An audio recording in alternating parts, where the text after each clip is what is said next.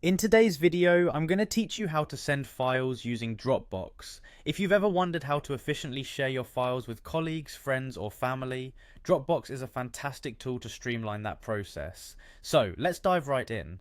First, to get started, you'll need to log into your Dropbox account. Head over to dropbox.com and enter your login details. Once you're in, look for a plus button. This is your gateway to uploading files. Click on the plus and then you'll see options for upload files or upload folder. Choose the one that suits your needs. If you're dealing with multiple files, uploading a folder might be more convenient. Now that your files are safely uploaded, the next step is to share them. Navigate to your Dropbox folder where your newly uploaded files or folders now reside.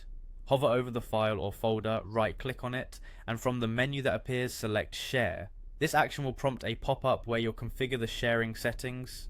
In this pop-up, you'll see a field to enter the email addresses of the people you want to share your files with.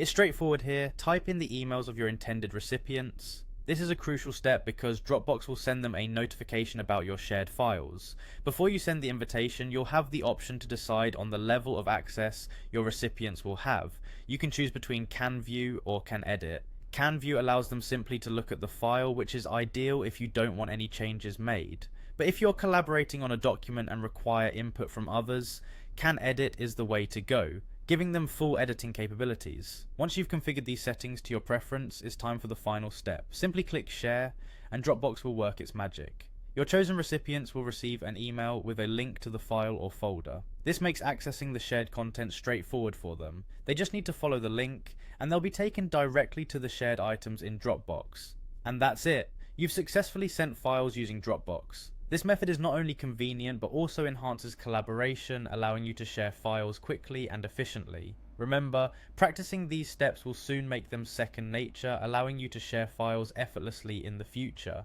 Thanks for tuning in and happy sharing.